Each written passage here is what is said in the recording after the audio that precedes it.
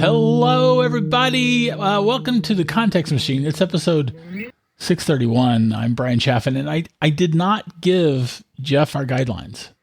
Do you remember what you're supposed to say? Well, see, here's the scary thing, because I'm suddenly having an identity crisis. I don't have our out-of-date script notes to know who I am. So I'm just going to guess and say, I'm Jeff Gamet? Yes.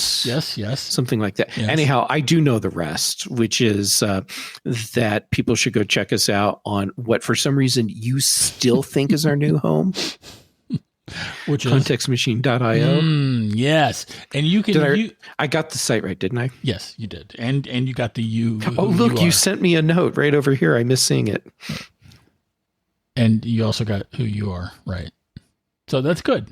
Yeah, sweet. We're on a roll. You can also use contextmachine.io to reach out to us, or you can find us on Post and Mastodon at Context Machine. And while we're at it, we're everywhere. I'm at Geek Tales, and Jeff is what are you? Jake Gamet. God, yeah, right, Jake Gamet.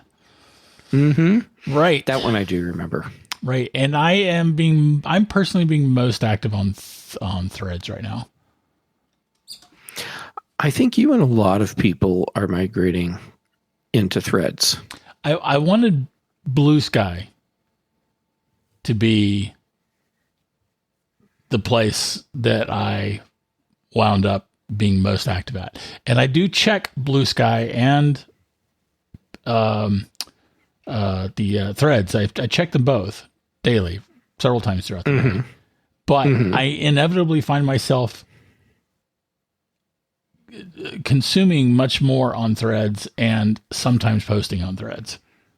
And then if I post on Blue Sky, it's because I'm also like, oh well, I better post this on Blue Sky too. And sure, that's kind of where I am right now. Yeah, this checks out. I think there's a lot of people that are in the same position as you. Right. Let's see here. We've got the.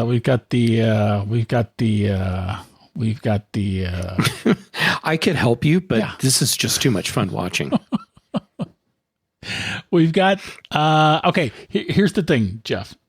Here's the thing. You're still stalling, aren't you? No, I'm not. I'm not now. Oh, okay. After Apple's media event, people were seemingly flocking to at least Blue Sky. Not on. I don't get much tech interaction on Blue Sky. That's not surprising me at all. I get a lot of political stuff on Blue Sky, and I get a lot of political stuff, and then a lot of everything else on Threads. Yeah, including this, where people were like bitching about Apple's Mother Nature short film. That would be the short film that they showed during the Wanderlust event with Octavia Butler as Mother Nature. Where the fact that you had to stop for a second and went, like you're trying to remember which character she played.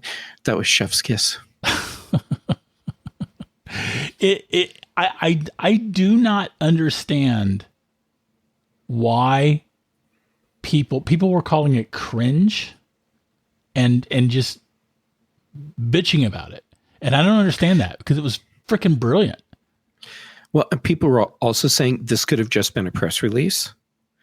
And I agree with you. I thought it was really good. And I disagree with the idea that it could have been a press release, because Apple was trying to get a message in front of a really wide audience, and they wanted to make a very strong statement. And giving us a press release was not going to do that. Yeah. They could have given us all the same information, or given us a keynote slide. And given us the same information, but it would not have had the impact that it did. And the reason why I like this video is, one, it was charming, genuinely charming. Two, it was very self-deprecating, especially from Lisa Jackson, Apple's head of environmental stuff. I don't know if I forget her exact title, and Tim Cook. Oh, okay. So Tim Cook sitting there acting incredibly nervous and rehearsing his line. Hi, I'm Tim Cook. Welcome to Apple. Hi, I'm Tim Cook. Welcome to Apple. I really enjoyed that. Yes, that was funny. And when he actually delivered his line that he had been practicing in the skit, which was, how was the weather? On your way in, or I forget the exact line, but it was, how was your weather? He managed to stutter when he said hi. So he said, how was the weather? I don't think he stuttered that much, but I thought that was a brilliant touch, especially from a non-actor, especially from Tim Cook, who is known to be wooden when he's delivering keynotes. I thought it was funny, and it was self-deprecating, and Octavia Butler was brilliant as Mother Nature. Why? I agree. Why would anyone? I don't understand the cringe label, other than people just wanting to bitch about Apple. I think a lot of it is that people, at least a subset of people that are watching these keynote events, are watching them with the expectation that the event is going to be something completely different from what it is. And by that, I mean, when Apple does these events, they are very clearly, very obviously giving us a 60-minute, 90-minute, whatever commercial for something that they are trying to sell us. And in the case of the Wanderlust event, they went to sell us new iPhones and new Apple Watches. And so they gave us this very polished commercial that was designed to do just that, and throwing in entertainment elements to keep people engaged and interested. That's part of what this is. Yeah, but to be fair, they've done different kinds, not short like this, but they've all for many years, going back to Steve Jobs, they've often had short form content that was for entertainment. Sure. And we've been seeing stuff like this.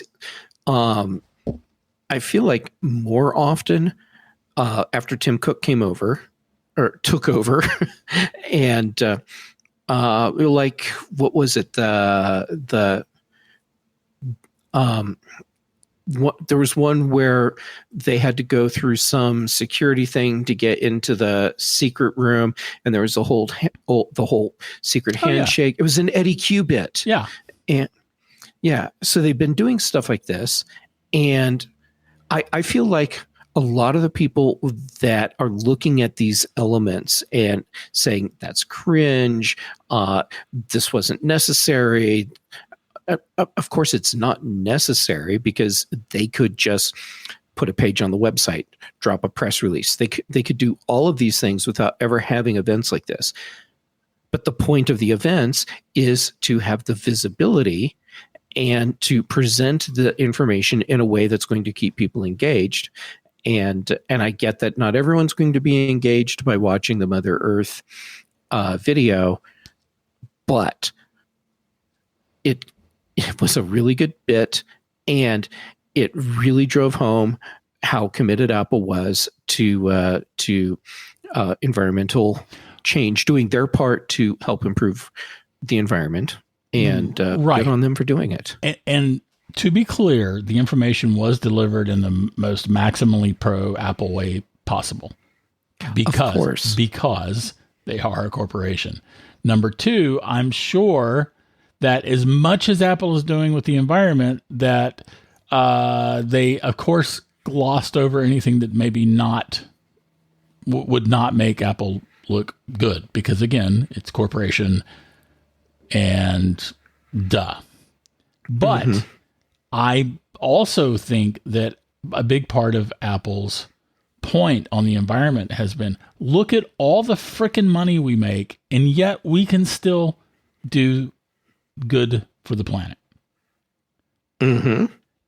And Yeah. And that's a message that that especially the right wing folks who want Apple to not put any money towards the environment.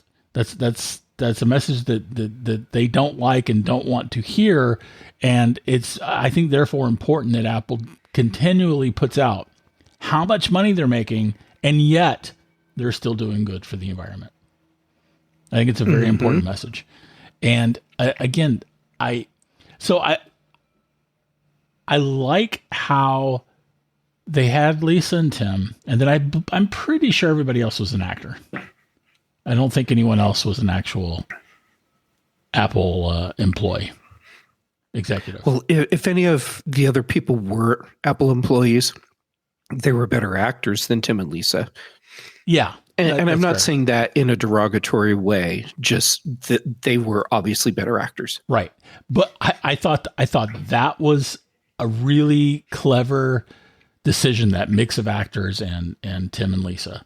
And again, I thought that Tim and Lisa were both very funny in a very self-deprecating way. And I think what I'm freaking out about here is that I don't understand why people, and these are people like Kara Swisher who threaded something along the lines of, I want to like this more than I do. And Charlotte Henry, our good friend Charlotte Henry, she complained about it and called it cringe up and down. I think she did an episode of her Edition about that's her podcast. I have been on her show. Yes, I think I've been on her show too. You can't expect me to keep track of what shows I am or I am not on.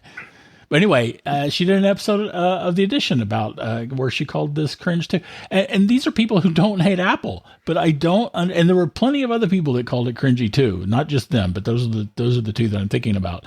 And I don't understand it. I just don't understand it. It's not everyone's thing, and I can appreciate that.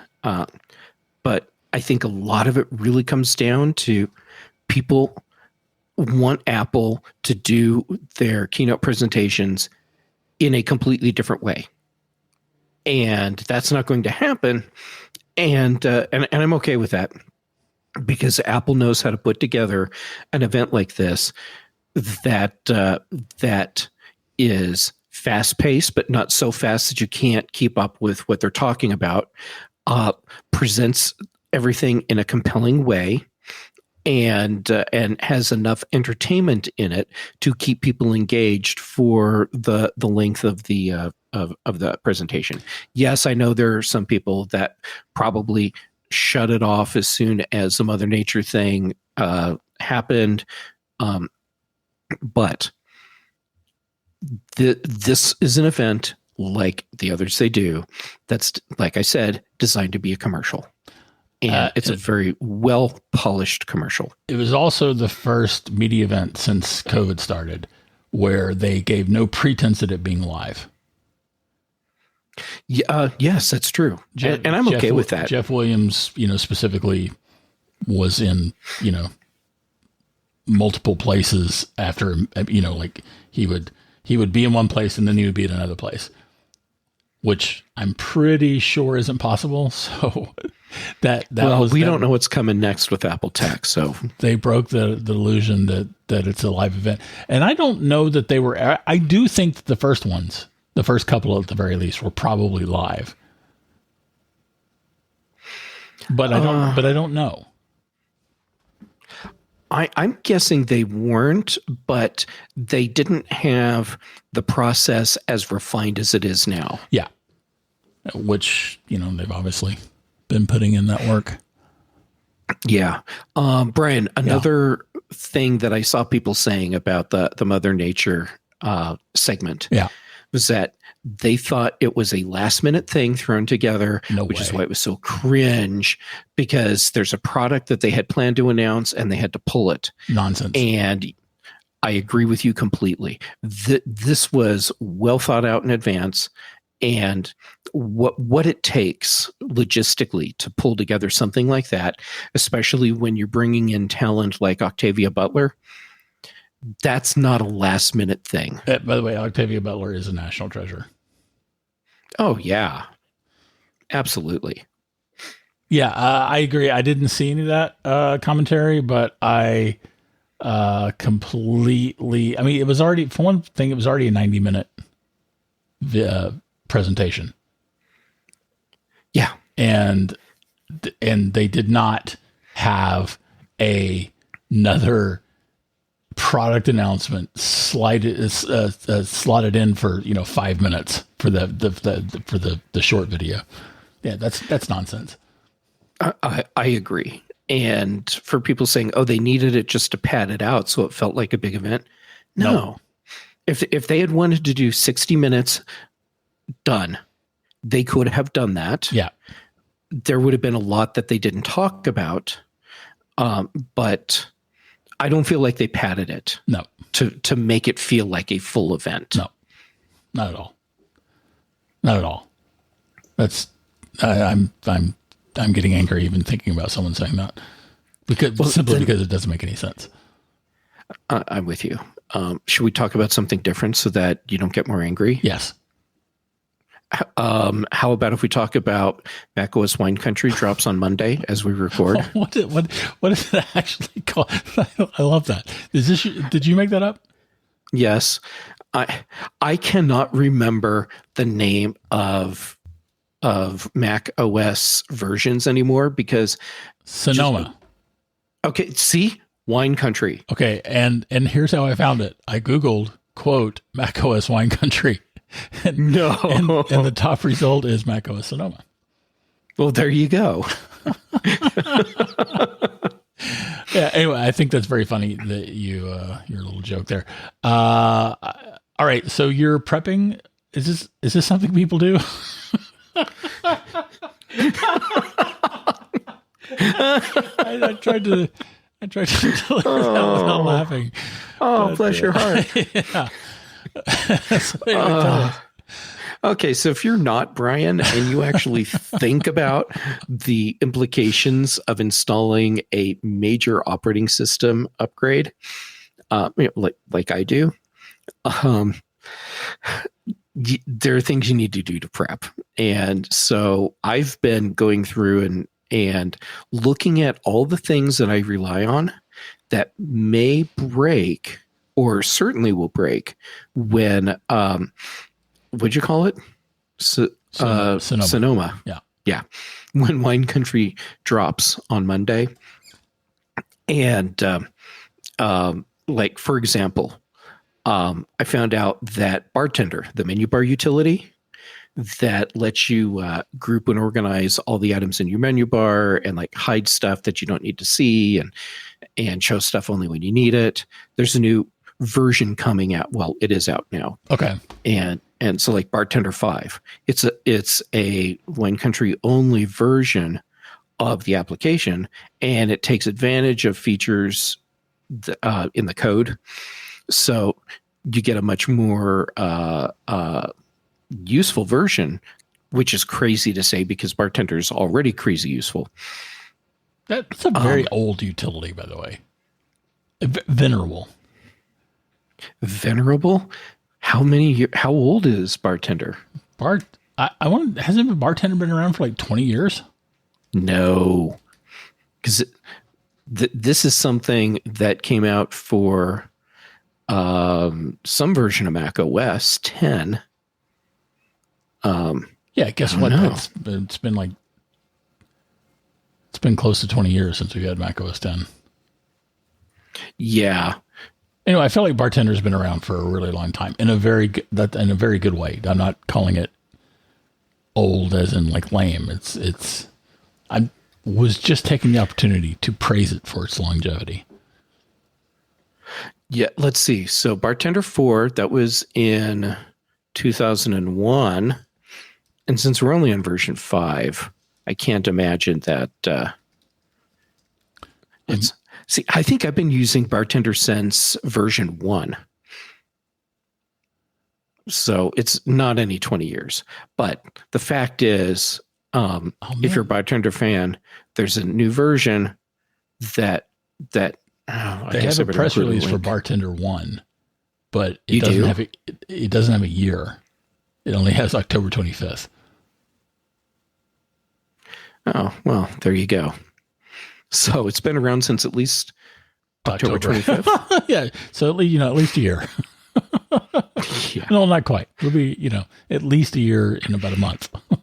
Why do people listen to us? I don't even know. Something about prepping. Something about prepping. Yeah. Yes. Oh, anyway, go ahead. Ignore my side rail. So another tool that I've been using is SpamSieve, and I've been using SpamSieve since forever. Yeah, System 8.5 probably. I bet it's that old. Anyhow, so they have a new version that they just released because they need to have something that runs on macOS Wine Country. Okay. So that was another one. And I'm a big user of mail tags, part of the mail suite from SmallCubed, and it's a collection of plugins or extensions for Apple Mail on the Mac, and with macOS Wine Country killing off support for extensions in the Mail app, that means there's a lot of add-ons for Mail that break because they literally cannot work anymore. So for some people, that's a showstopper. And the people at SmallCubed that make Mail Suite, of course, they know this is what they do. So unless they're ready to pack it up and go home, they needed to do something about it. Right. So like in this case, they decided to make their own email application called Mail Maven. And they've had a thing on the website for it, which I think is mailmaven.app or mailmaven.com. I'll have a link in the show notes. I'll have a link for the bartender thing too. But they've been saying, hey, yeah, we have this new email app for the Mac coming out, and it rolls in all the features from our plugin suite. And so you can have this new app with a better interface and all these features, and it'll be in beta eventually. And so we're like days away from that launch and haven't seen a beta. And but I did find out from them. So I have confirmation the beta is going to be here at the beginning of November. Oh, that's what they're shooting for. So that means you can't upgrade to Sonoma until November because you want email? Well, if I want to have all of the functions of the email or of those plugins, then yeah, I'd have to wait for Mail Maven to come out in public beta. And then the official general release will be by the end of the year.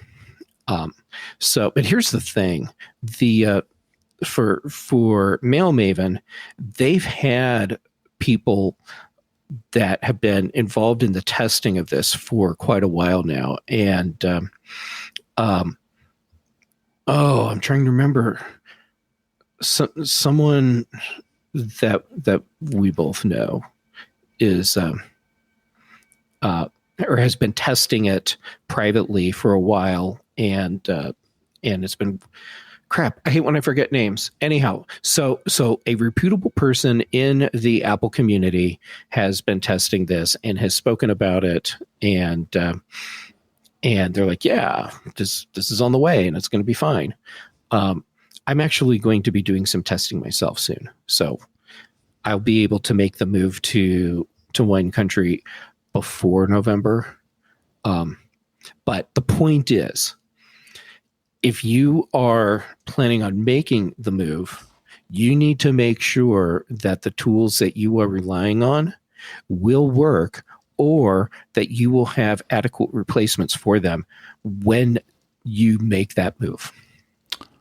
Okay, that makes sense. There we go. I could keep going, but quite frankly, I don't want to have to keep adding more and more links to the show notes. You're right. That sounds like you're learning some lessons from me. Yeah, I learned it from watching you. Okay. I have a bit of a complaint. Yeah, it's a complaint about iOS 17. Okay.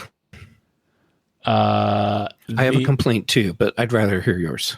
So they have this nifty new menu where you can add all the things, right? Camera, photo, stickers, Apple Cache, audio, location, more. When I click more, then I get the app store, then the images, which is for GIFs, then Bitmoji because I had that installed. And check-in, I don't even know what that is. CoStar, that's just another thing that I had. You don't know what check-in is? No. Okay. Before we wrap up today, I'm going to explain check-in to you and why it's so important. So please continue, because I don't want to break your stride. We'll come back to it. And all of the other things, including all the tons of apps that I've installed that also have an app store, that have an iMessages function, right? So they're all there, and it's a nice, pretty menu and everything, but I don't like the fact that essentially gives me a minimum of 2 touches to do stuff. Whereas before, we had the most common of these things that we used all available 1 touch. I appreciate the frustration there. Now, and that said, I also saw that if I long press the plus button, it goes straight to my... it goes right to your photos. Yeah. Which is great. Yes. So, yes. Awesome tip. And I can make your issue less painful. Doesn't make it go away completely, but it makes it less painful. So if you go into the settings app, you can rearrange the stuff, and then you go down to messages, and then iMessage apps. You can turn off stuff that you don't want showing up in that plus button pop-up thing. And I believe you can also reorder it. You do the reorder part actually in Messages app. Oh, okay. Yeah. So when you press or when you tap the plus button and you get the pop up menu that shows everything, all those apps, you can tap and drag to reorganize them. So the stuff that you want to see all the time, you can put it above more, and the stuff that you don't need to see all the time, drop it below more. But it's much less cumbersome to do if you've already gone and shut off all the apps that you don't want to see. That makes sense. I don't like making so many of these things a 2-step process though. That seems to be counterintuitive. It seems to be a backward step. It does look pretty. This menu is a very pretty menu. Right? It's got the nice little icon. It's got the nice Apple lettering. I mean, I get that, but I don't feel like people were complaining about having too easy access to the things they want to do. Yeah. I have been talking about for such a long time, like way back when we were the power team on Mac Observer. I would talk about economy of motion. Yeah. And which to me means the fewer taps, swipes, or other gestures that I need to do to accomplish a task, the more efficient it is, the more efficient I am. And so that's economy of motion. Yeah. If I have to keep adding in more steps, it's less efficient. Right. And this is now less efficient. And to be fair, there are things that reach a level of complexity where you have to sacrifice the economy of motion. Mm-hmm. right? But I don't feel like for instance, I feel like we could have a row of buttons and then a plus button. Mm-hmm. And Yeah, that like to me, have the most commons just in that row, yeah, and tap the plus button, and now, and which could even be in the row, yes, and now you get to more. yes, and I kind of feel like that's what we had. So It's it's something kind of what similar. we had. It's effectively what we had at the very least. So anyway, this is a minor that is a minor complaint to be sure, but it is an observation. All right. So what is this nonsense you were going on about check-in? Check in. Okay. So to me, this is actually one of the most important features in iOS 17. Okay. And just so everyone knows ahead of time, to take advantage of this, you and the people that you're communicating with through check-in, everyone needs to be running iOS 17. Mm. So,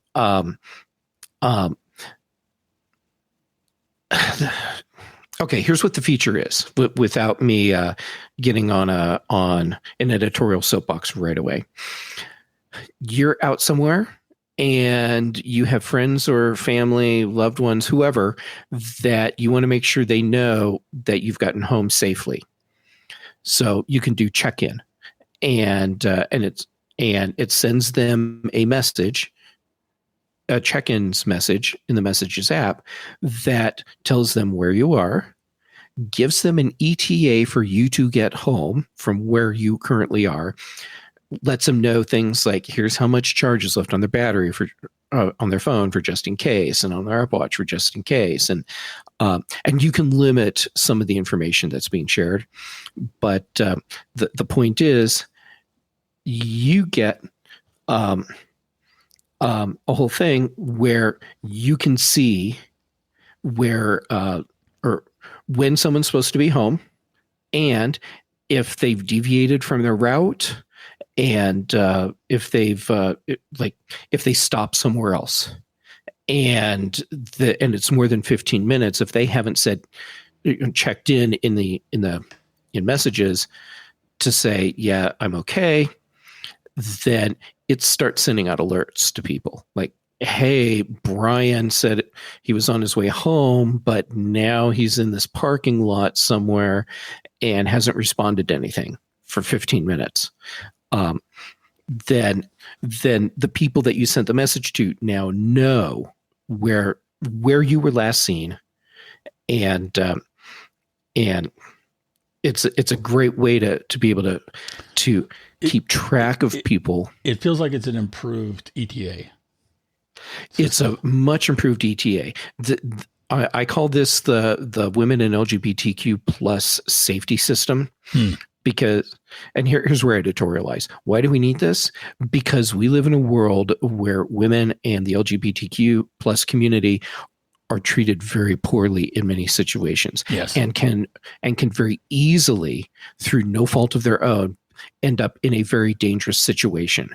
And this is the thing where you're leaving the party or the bar or the restaurant or the concert, whatever it is, and heading home. Maybe you've been on a date, whatever, and you have that group of friends that are there for you if something goes wrong. And so now they know if you're in the right place. They know if you are back home. They know if your Apple Watch was taken off. If your battery goes dead on your phone, they're going to get an alert. And they know when you get home, and then it all shuts off. So it's not like you're giving people this deep look into your personal world and losing privacy. You are consciously sharing information that's beneficial to your personal safety while you're traveling home. And that's check-in. That makes sense. And I'd like to stress that this isn't something that's happening automatically. You actually have to send a check-in to someone. Yes. And I love that you already tested it now that I've told you what it is. Yeah. So I know when you'll be back home. And the other thing is, if you were to do a SOS call from your phone or your watch, then I'm going to get an alert that you did an emergency call. So now I know something's gone really wrong. Anyhow, that's check-in. All right. And now you know why, to me, it's one of the most important features introduced in iOS 17. And now everyone can wonder why I didn't know anything about it. So thank you for explaining. This is kind of what we do. You explain. That's clearly on me because I hadn't told you earlier. I am so sorry. Indeed. On that happy note, see what I did there? I see what you did there. That's this week's Context Machine. If you have anything to comment on, add, or question, you can write us at contextmachinepodcast@gmail.com. Our bandwidth is provided by CacheFly. The bass is by Dr. Boom, recorded for just this show, Mr. Ricky's Lickies. I love that. Wasn't that his third album? Yes, I think it was. Yeah. Yeah, I think that was the studio album. And really great pieces. Because I don't think we should go more than one show in a week without me mentioning my book. I am much closer to having all my ducks in a row to release my book. I am so excited. I cannot wait to see your book out there in the wild and people getting to enjoy it as much as I have.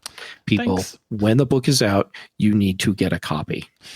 Thank you. It's going to be called Accidental Intelligence, and I will be mentioning it more on the show, and it'll be on all the socials and stuff and my blog, geektells.com. So there is that. Yep. Get it when it comes out.